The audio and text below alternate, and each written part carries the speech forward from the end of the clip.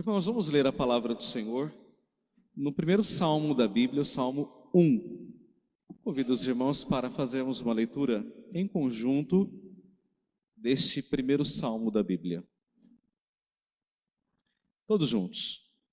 Bem-aventurado o homem que não anda no conselho dos ímpios, não se detém no caminho dos pecadores, nem se assenta na roda dos escarnecedores.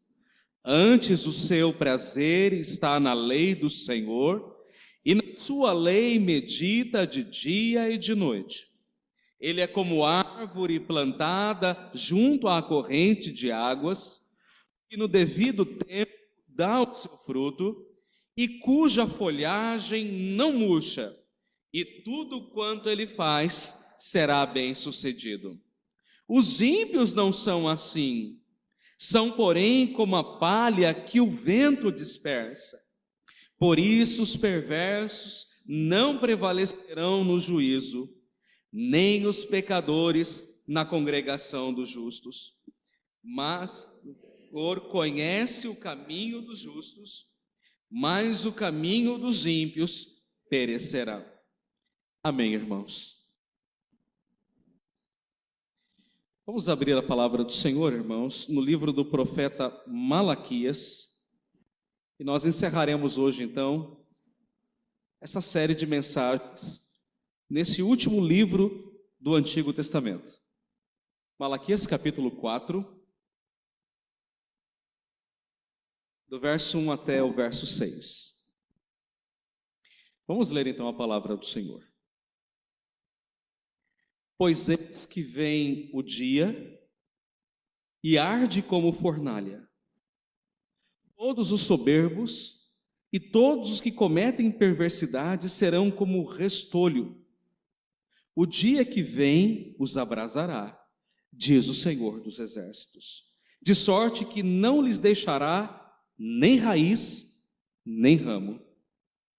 Mas para vós outros que temeis o meu nome, nascerá o sol da justiça, trazendo salvação nas suas asas. Saireis e saltareis como bezerros soltos da estrebaria. Pisarei os perversos, porque se farão cinzas debaixo das plantas de vossos pés, naquele dia que prepararei, diz o Senhor dos Exércitos.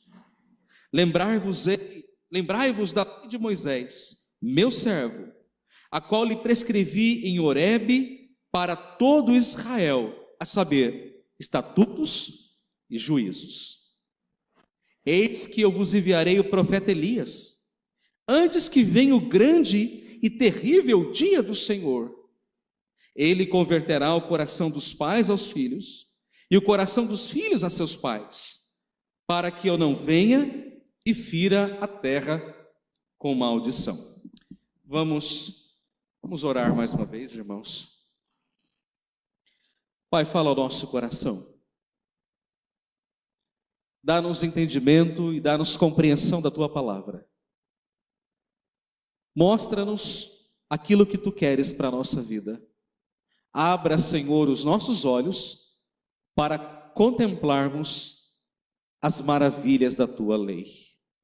Te pedimos isso, agradecidos em nome de Jesus. Amém. Irmãos, este é o último capítulo do livro do profeta Malaquias, um capítulo pequeno, de 6 versículos. Estas são as últimas palavras de Deus registradas no Antigo Testamento. Depois de Malaquias, há um período de 400 anos de silêncio, que Deus não se revela ao povo. 400 anos. Então, entre o profeta Malaquias e o Novo Testamento, Deus se cala. Estas, portanto, são as últimas palavras que Deus tem a dizer ao seu povo. São palavras cruciais. São palavras que fecham um ciclo, que fecham a história do Antigo Testamento. Mas são palavras também de exortação ao povo de Deus, ao povo da aliança. Aquilo que Deus tem de mais importante para dizer ao seu povo é aquilo que Deus está dizendo aqui, neste momento.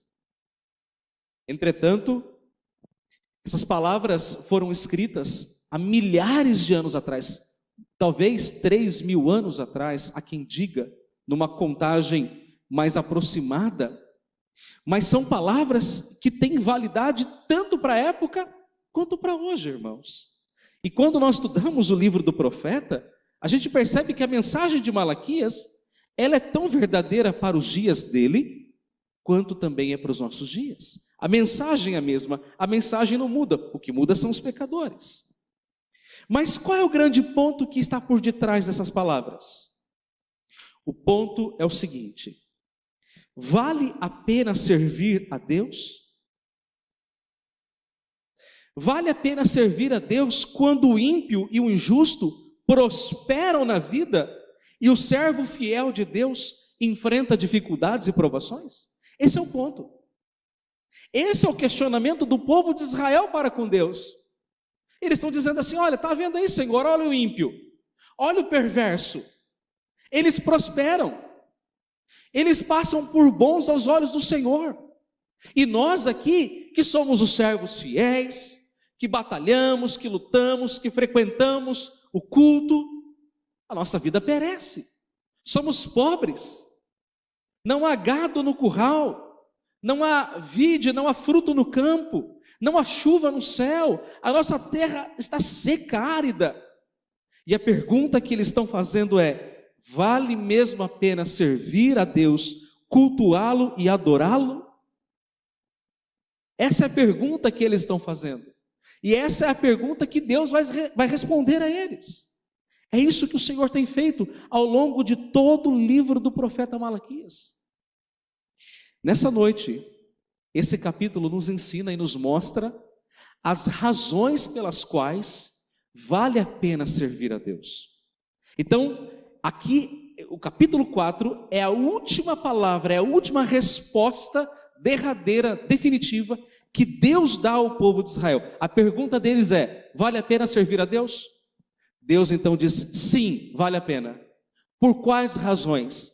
Deus então vai dar essas razões. Primeira delas, primeira razão porque vale a pena servir a Deus: Deus castigará os ímpios com fogo eterno. Versículo 1: pois eis que vem o dia, e arde como fornalha, todos os soberbos e todos os que cometem a perversidade serão como restolho, quer dizer, como resto, como cinza. O dia que vem os abrasará, diz o Senhor dos exércitos, de tal modo, por consequência, que não lhes deixará nem raiz, nem ramo. O que Deus está dizendo, irmãos, é que haverá um dia em que Deus vai acertar contas com os ímpios. No dia do juízo, Deus irá chamar todos os ímpios, e Deus não apenas vai julgá-los, mas Deus vai condená-los. E eles serão condenados numa grande fornalha. É isso que diz o texto. Na minha terra, lá no interior de São Paulo, antigamente era café. Hoje, a cana. Por todos os lados que você anda naquela região sudoeste de São Paulo, divisa com o Paraná, divisa com Mato Grosso, é cana. Mato Grosso do Sul, cana, por todos os lados. A Michele já viu isso. Quando a gente viaja lá pelo interior, você olha de um lado é cana, você olha do outro é cana. Raramente você vê soja ou feijão. Às vezes uma pequena plantação de café, mas é cana, cana de açúcar, porque é o que dá dinheiro. Produção de álcool. Tanto é que na minha região o álcool é mais barato até do que São Paulo, porque a produção é muito grande. E eu me lembro quando pequeno, hoje não mais, no final de cada safra de cana, havia os canavieiros. Hoje também não tem mais, cortador de cana, mais conhecido como boia fria. Come a comida fria, por isso que é boia, né? Comida fria, levava uma marmitinha, comia lá, cortando cana. Então eles iam com aqueles facões e cortava a cana. Depois de todo aquele canavial cortado, os canavieiros tacavam fogo naquilo tudo. E a gente via de longe aquele fogaréu. De qualquer lugar da cidade podia ver aquele fogo alto, gigante. E no final do fogo, sabe o que havia? Uma fuligenzinha preta, que caía justamente no varal da minha mãe. E ela ficava muito brava. Então, saía no jornal, no jornal não, no rádio, no programa de um radialista chamado Aparecido Leite, era o vigilante do povo, é tipo o russomano de São Paulo, e ele dizia, olha, sexta-feira tem queimada de cana. Então ninguém lavava a roupa e botava no varal, porque sabia que ia sujar. Ninguém limpava a casa na sexta-feira, deixava para limpar no sábado, porque tinha queimada de cana. Eu me lembro daquela fuligem sujando tudo. E quando a gente era menina, a gente brincava, vinha aquelas fuligens, a gente tentava pegar no ar, mas na hora que você pegava aquela fuligem, ela se dissolvia, virava puramente uma cinza. Hoje em dia não é mais permitido isso. Esse tipo de queimada, ela é proibida. Então o que eles fazem? Eles encontraram um jeito de resolver o problema, e ganhando dinheiro, aumentando o lucro. Esses grandes, essas multinacionais não perdem dinheiro. O que eles fazem hoje? Eles pegam o bagaço da cana, depois que eles moem, tiram tudo, eles pegam o bagaço e vendem para usinas. Então eles provocam energia, geram energia através da queimada numa fornalha. Essa fornalha é um fogo altíssimo, que consome absolutamente tudo. Sabe o que é que resta lá no final da fornalha? Cinza pura. Tudo é consumido. Por que eu estou dizendo isso? Porque é justamente isso que Deus vai fazer com os ímpios. No dia da volta de Cristo, todos os ímpios serão lançados numa fornalha, serão julgados, condenados e serão lançados numa fornalha. Mas só tem um detalhe e uma leve diferença. O ímpio não será consumido de uma só vez e nem para todo sempre. Mas a Bíblia diz que é um fogo e é um fogo eterno, que não se consome, que não se apaga jamais. Naquele lago de fogo e enxofre, nem mesmo o verme morre. O ímpio será destruído por Deus, será consumido, mas eternamente. É uma fornalha que nunca se apaga. Deus há de acertar contas com todos os ímpios. Notem, irmãos, o que é que diz no capítulo 3, versículo 18. Então vereis, olha o que é que Deus diz, então vereis outra vez a diferença entre o justo e o perverso, entre o que serve a Deus e o que não serve a Deus. No dia do juízo, irmãos, todos os crentes irão contemplar a ira de Deus caindo sobre os ímpios. Então a pergunta que fica é: vale a pena servir a Deus? Vale a pena. Sabe por quê? Porque todos aqueles que não servem a Deus serão consumidos pela ira de Deus.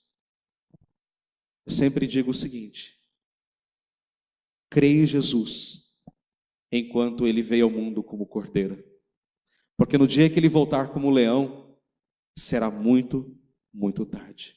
Creia nele enquanto é o cordeiro, porque no dia que ele voltar como leão, ele vai devorar os ímpios pela sua ira. O Salmo 1 que lemos diz: os ímpios são, porém, como a palha que o vento dispersa. Por isso, os ímpios não prevalecerão no dia do juízo. Mas o Senhor conhece o caminho do justo, e o caminho do ímpio perecerá. Irmãos, vale a pena servir a Deus. Deus vai destruir os ímpios. Em segundo lugar, Deus fará brilhar o sol da justiça, trazendo salvação ao seu povo. Versículo de número 2. Mas, notem, esse mas muda o texto, né? Ou seja, diferentemente da maneira como ele vai tratar os ímpios numa fornalha, castigando, diferente deles, mas, diz o texto, para vós outros, isto é, aqueles que servem a Deus, que amam a Deus, para vós outros que temeis o meu nome, nascerá o sol da justiça, trazendo salvação nas suas asas. Saireis e saltareis como bezerros soltos da estrebaria. Irmãos, Deus aqui usa uma figura de linguagem para que todas as pessoas consigam entender. Deus está falando aqui do nascimento do sol. Quando a luz do sol sai, as trevas da noite se dissipam, as belezas do dia vão sendo trazidas à tona. Eu me lembro que há uns anos atrás, nós viajamos para a cidade de Caldas Novas, em Goiânia, Goiás, melhor dizendo. E é uma cidade turística muito linda. É um calor terrível. Isso vale a pena. E nós saímos daqui, era um feriado de carnaval, e nós saímos daqui na sexta-feira por volta das 10, 10h30. Pegamos um pouco de trânsito, saída de São Paulo, Bandeirantes, corta Minas e chega em Goiás. Foram 11 horas de viagem de carro. Dava para ter de avião, você vai daqui a Londres com 11 horas. Uma viagem longa, cansativa. Rodamos a noite toda, revezando. Mas por volta das 5h30, quase 6 horas da manhã, já estávamos no estado de Goiás, quando o dia começou a nascer. E eu sempre ouvia dizer do cerrado, do cerrado, do cerrado. Eu não sabia o que era cerrado. Até o dia que eu cheguei no cerrado. E foi a paisagem mais radiante que eu vi na minha vida. Por quê? Eu a vi de um jeito especial. Justamente no momento em que o sol nasce, ele vai surgindo, surgindo, surgindo, e a luz vai tomando conta. E aí você olha, o cerrado é uma coisa longa assim, muito plana, parece um tapete. Aquelas palmeiras por todo lado, e cactos, aquelas plantas, aquelas lagoas. Gente, é uma coisa linda de se ver, linda. Eu acho que eu nunca vi uma coisa tão linda como aquela.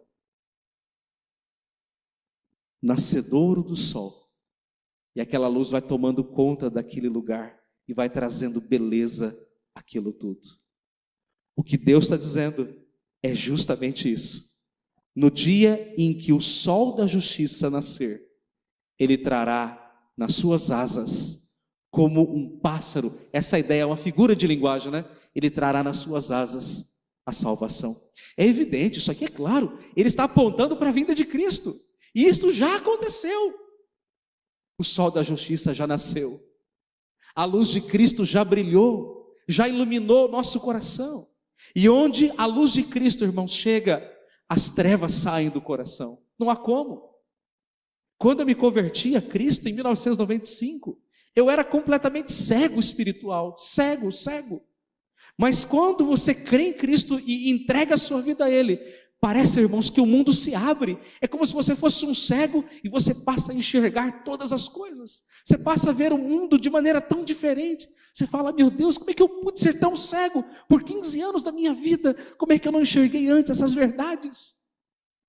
É isso, irmãos, que Cristo faz com o nosso coração. Mas é evidente, meus queridos, que haverá um dia em que Jesus vai manifestar essa salvação de maneira gloriosa. Diz o texto aí no versículo 2: saireis e saltareis como bezerros soltos da estrebaria. Eu não sei se você já foi a um campo, já viu um bezerrinho preso e depois solto. Ele sai pulando, saltitando. Parece que nunca viu um campo aberto. É uma coisa linda de se ver. E ele sai mesmo, uma coisa linda, eu já vi. É muito bonito de se ver. Semana passada, nós estávamos aqui na igreja, fomos dar um passeio em Águas de Lindóia, levamos a Ana Maria para ver os animais numa fazenda que tinha lá, pertinho assim de Águas de Lindóia. Então, era um roteiro turístico, então, muitas famílias, muitos idosos, vários idosos, e lá tinha um bezerrinho, né, Michele? Tinha acabado de nascer o bezerrinho, uma coisa linda, querendo ganhar o mundo, com as perninhas ainda meio fraquinhas, ainda se firmando, mas a alegria daquele bezerrinho era uma coisa incrível. E a Ana Maria do outro lado, né, não se contentava, querendo pegar, querendo abraçar, querendo... É coisa de criança. É justamente isso que Deus está dizendo.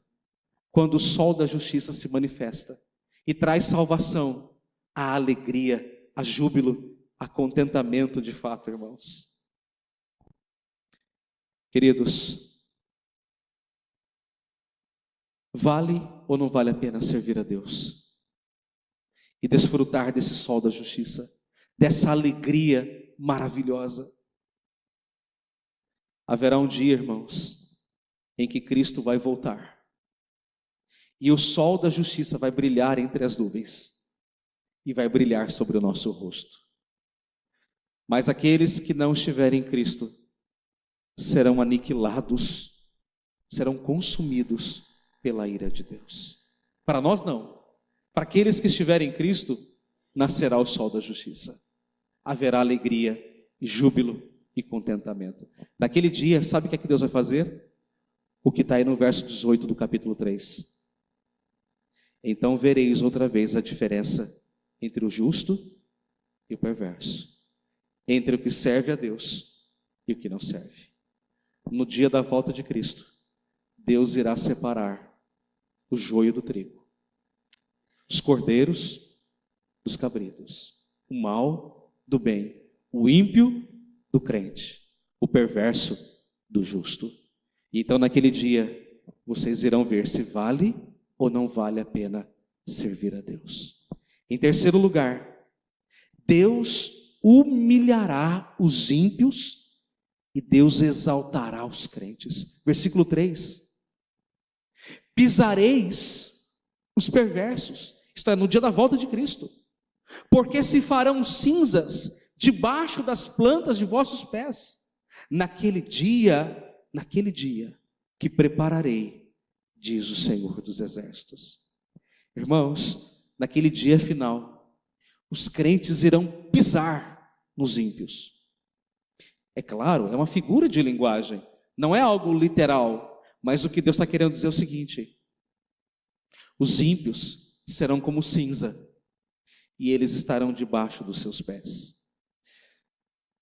Na antiguidade, nas batalhas medievais, e até mesmo antes do período medieval, séculos 13, 14, 15, quando havia uma grande batalha, aquele que vencia, evidentemente os derrotados, além de derrotá-los, eles subiam sobre os cadáveres, levantavam suas espadas e diziam: vencemos, pisamos os nossos inimigos.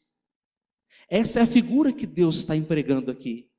No dia do juízo, os crentes irão pisar sobre os ímpios. Não numa atitude de orgulho, não, porque não pode haver orgulho em nós. Porque tudo é de Deus, a salvação é de Deus, o juízo é de Deus, a ira é de Deus. Mas aqui a figura de linguagem é: os ímpios serão humilhados e os crentes, por sua vez, serão exaltados. Naquele dia, irmãos, nem ouro, nem prata, nem glória humana, nada poderá poupar os ímpios, nada poderá poupar os incrédulos. Eles serão humilhados pela ira de Deus. Mas diferentemente dos ímpios, Deus exaltará os crentes. Naquele dia, irmãos, quando Cristo voltar, Ele enxugará dos nossos olhos toda lágrima. Hoje, muitas vezes, nós ficamos indignados com a impiedade dos ímpios.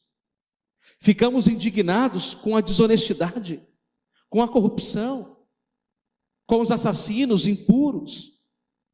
E quando a gente vê essas coisas acontecendo pela televisão, essa roubalheira que existe no nosso país, essa corrupção que avassala o nosso país. Antigamente se falava assim em milhões, hoje são bilhões e bilhões que estão sendo roubados, tirados da saúde, da educação, de tanta coisa. E a gente vê muitas vezes os crentes sofrendo, padecendo, morrendo na fila. Mas, irmãos, haverá um dia que Deus vai condenar os ímpios, vai humilhar os ímpios. Aliás, naquele dia a Bíblia diz que quando Cristo voltar, todo joelho se dobrará, quer nos céus, quer na terra, e todos vão confessar que Cristo é o Senhor, para a glória de Deus. Mas confessarão numa atitude de humilhação, ao passo que os crentes irão sim adorar o Senhor numa atitude de glorificação. Essa é a grande diferença, meus irmãos. E então eu volto novamente ao verso 18 do capítulo 3. Então, quando isso acontecer, vocês verão a diferença entre o justo e o perverso, entre aquele que serve a Deus e aquele que não serve a Deus. E eu pergunto aos irmãos: vale a pena ou não vale a pena servir a Deus? Em quarto lugar, Deus continuará a requerer a observância da sua lei. Versículo 4.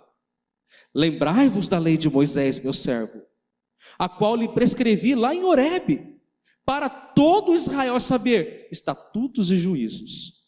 Enquanto esse dia glorioso não vem, irmãos, enquanto o dia do juízo não chega para os ímpios, para os perversos, o que é que Deus requer de nós?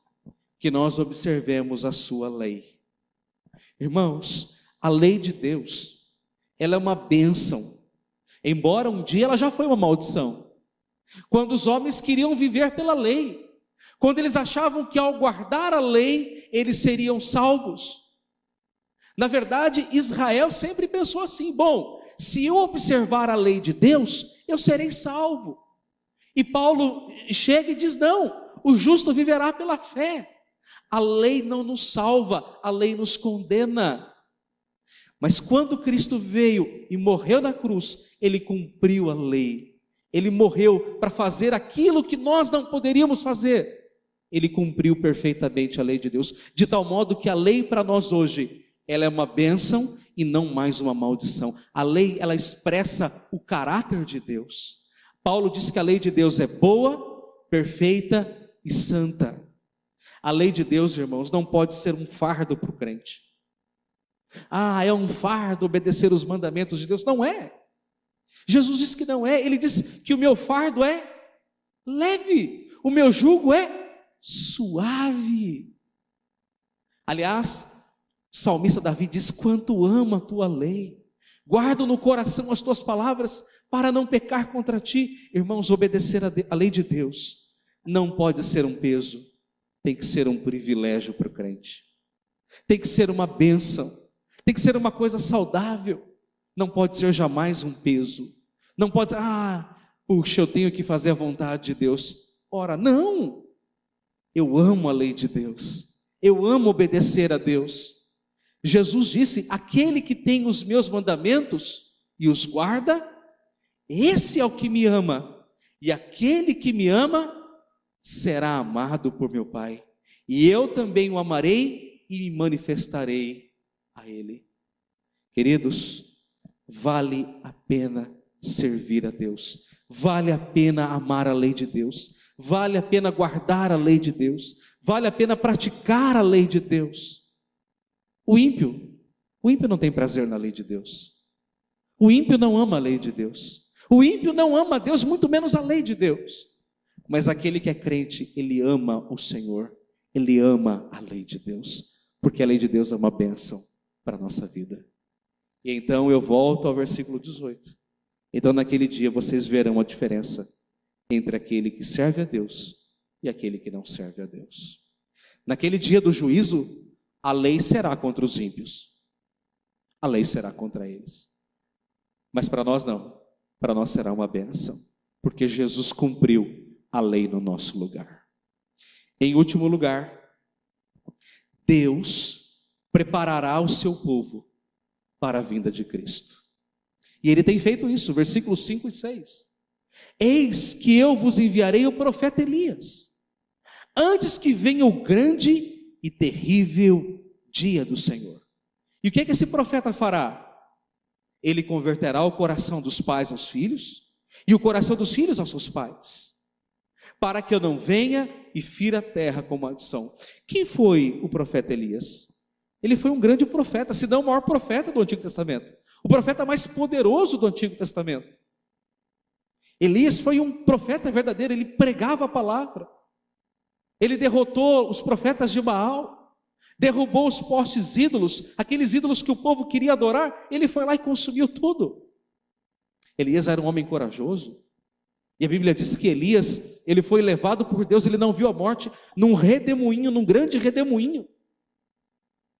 Elias foi um homem, um grande servo de Deus. Mas aqui o texto diz: eis que vos enviarei o profeta Elias. Ora, aqui Deus está falando a última palavra no Antigo Testamento. Elias já tinha vindo há séculos atrás. Ora, como é que Elias então viria novamente? É simples. Jesus ele falou que agora João Batista era o profeta Elias. Não o profeta Elias encarnado, é óbvio, não cremos na encarnação, mas João Batista era um tipo de Elias. Ou seja, ele veio pregando a mesma verdade que o profeta Elias. Qual era a mensagem de João Batista? Arrependei-vos. Arrependei-vos, porque está próximo o reino dos céus. Arrependei-vos. Arrependei-vos, raça de víboras, dizia o profeta João. Ele é o Elias do Novo Testamento, a tipificação daquele profeta. Portanto, irmãos, o que João Batista pregava? Ele pregava a conversão do coração dos pais aos filhos e dos filhos aos pais. É evidente que isso aqui é uma figura de linguagem. O que João pregava era a unidade do povo de Deus. Assim como um pai ama o seu filho ama o pai, assim os irmãos também devem se amar. Então a ideia que está por detrás é: Deus está preparando o seu povo para o encontro com Cristo Jesus em glória. Quando Cristo voltar, irmãos, a igreja deve estar preparada para se encontrar com Ele. Assim como a Bíblia descreve que Jesus é o noivo, assim também a Bíblia descreve a igreja como uma noiva. Você já foi a um casamento? Certamente. Todos nós fomos a um casamento. Você já viu alguma noiva maltrapilha? Andrajosa, mal vestida? Não tem. Pode ser o vestido mais simplesinho que for, ou pode ser aquele mais luxuoso de capa de revista. Toda noiva é tão bonita. Toda noiva é bonita. Ela faz um penteado diferente, não é, seu Mendes? Não é assim no seu casamento com a dona Cida? 40 anos atrás? Muito bonita. Faz aquele cabelo e passa um batom discreto, né? E põe uma joia, põe um anel, põe um colar. A noiva se enfeita, põe um sapato bonito, ela pinta as unhas, ela se prepara, coloca um vestido, e existe aquela cauda longa, né? Ela está aqui na ponta já, a cauda está lá entrando na igreja ainda, e ela põe uma coroa sobre a cabeça. Quando na antiguidade as noivas colocavam uma coroa, ou colocam um véu, não é? E o branco simboliza justamente a pureza, a castidade, a piedade. Então a noiva se prepara para o encontro com o noivo no altar. A igreja de Cristo, ela deve se preparar de maneira bela, espiritualmente, para se encontrar não no altar normal, mas no altar de Cristo, entre as nuvens, com Ele em glória. Irmãos, Deus está preparando a sua igreja para aquele encontro. E os ímpios? Eles não vão participar da festa, não. Eles serão lançados no fogo que arde em chamas. É assim que acontecerá com eles. Portanto, irmãos, eu pergunto: vale a pena servir a Deus no presente? Claro que vale. Por quê? Porque o futuro que nos espera é infinitamente melhor. Essas são as razões pelas quais vale a pena servir a Deus. E eu encerro então a mensagem dessa noite com algumas aplicações finais de todo o livro do profeta Malaquias. Vale a pena servir a Deus? Vale a pena adorar a Deus? Vale a pena entregar a vida no serviço de Deus? Essa é a pergunta que o povo está fazendo a Deus. Vale a pena? E a resposta que Deus está dando ao povo é: sim, vale a pena. Sabe por que vale a pena? Primeiro, porque Deus chamou. Lembram-se lá do início do texto, capítulo 1? Eu vos tenho amado, diz o Senhor. Vale a pena porque Deus te salvou. Vale a pena porque Deus te chamou das trevas para o reino do Filho do seu amor. Mesmo, irmãos, que vocês passem por desemprego, por luta, por doença, por câncer, por tantos sofrimentos, por tantas provações, a pergunta é: vale a pena? Sim, vale a pena servir a Deus. Mesmo que eu perca tudo, ainda assim vale a pena servir a Deus, porque eu sirvo a Deus não por aquilo que Ele me dá, mas por aquilo que Ele é, por aquilo que Ele já me deu, que é a salvação em Cristo Jesus. Quando um crente perde o emprego, ele não precisa abandonar Deus. Quando um crente fica doente, ele não precisa abandonar Deus. A Eleni Vassão, que é uma enfermeira cristã, e ela desenvolve um programa de visita hospitalar, de capelania hospitalar. Ela tem um livro sobre o câncer. E nesse livro, ela fala e ela dá muitos testemunhos de como aquelas doenças aproximaram aquelas pessoas de Deus.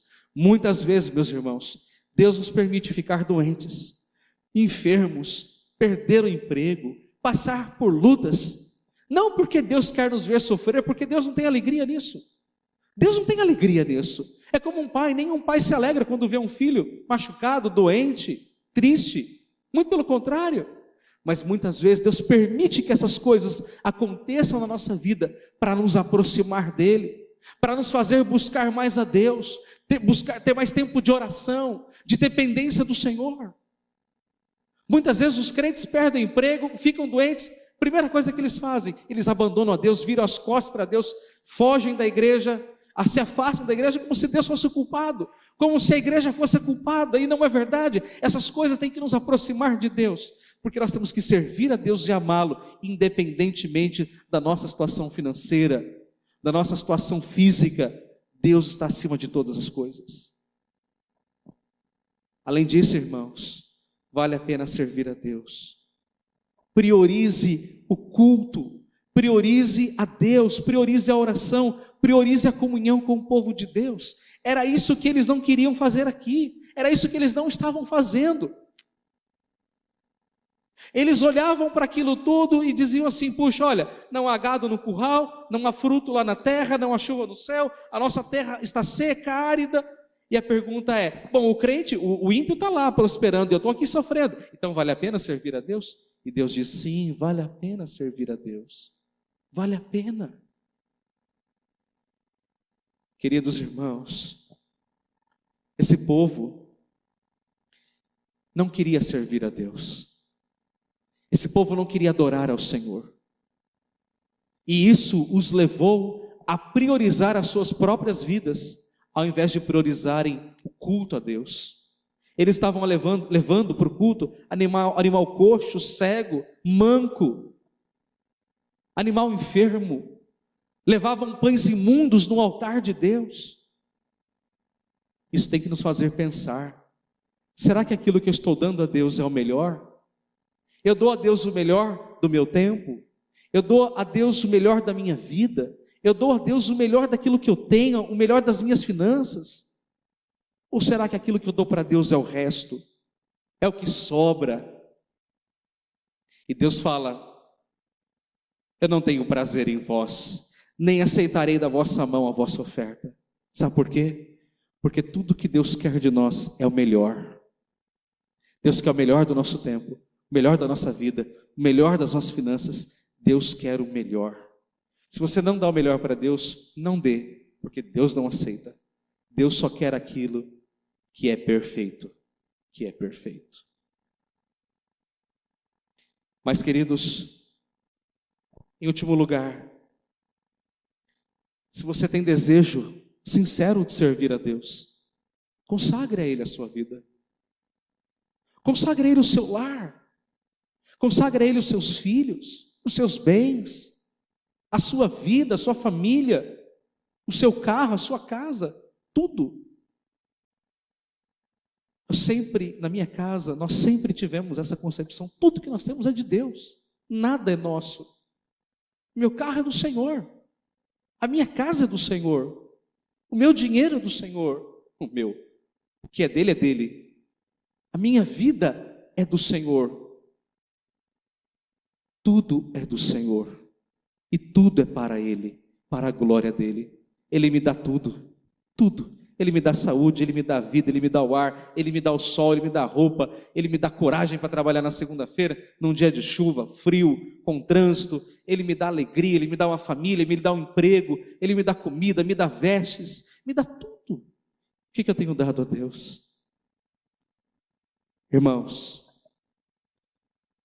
vale a pena servir a Deus. Vale a pena servir a Deus. Experimentem isso. Experimentem isso nas suas vidas. Vocês não irão se arrepender. E então vereis outra vez a diferença entre o justo e o perverso. entre o que serve a Deus e o que não serve. Se você não está convicto disso, tudo que eu falei, não se preocupe. Você vai se sentir convencido com o passar do tempo, que Deus vai trabalhar no seu coração. Mas mesmo que você passe a vida toda aqui, sem estar convencido disso, não se preocupe. Lá na glória, você terá a oportunidade de se convencer. Espero que não seja tarde. Vamos orar. Senhor, nós te agradecemos pela tua palavra. Nós te agradecemos, ó Deus, porque ela é muito clara como o sol do meio-dia. E ela é muito enfática, ó Deus, porque ela nos encoraja, nos constrange, nos exorta, nos dizendo, ó Deus, que vale a pena servir ao Senhor. Vale a pena ser crente. Vale a pena estar na tua casa. Vale a pena, ó Deus, dar o melhor da nossa vida para o Senhor. Porque no Senhor o nosso trabalho não é vão. Mesmo, Senhor, que passemos por muitas lutas, por muitas abnegações, mesmo que passemos, ó Deus, por muitas privações na nossa vida, mesmo que muitas vezes tenhamos aquele sentimento de justiça, quando olhamos o perverso, o ímpio prosperando, e vemos os crentes, os servos de Deus passando dificuldade, mesmo quando tudo isso acontecer, nós podemos ter a certeza, Senhor, de que vale a pena te servir. Porque haverá um dia que o Senhor há de julgar esse mundo. E naquele dia, Senhor, o Senhor há de condenar os ímpios. O Senhor há de consumir os ímpios, aqueles que perseguem a tua igreja. O Senhor há de castigá-los com a tua ira, ao passo que o Senhor há de glorificar os crentes. O Senhor há de exaltar aqueles que te amam e aqueles que te servem. Ao passo, ó Deus, que os ímpios serão castigados eternamente no inferno, os crentes serão eternamente glorificados no céu, receberão galardão, serão felizes para todo sempre.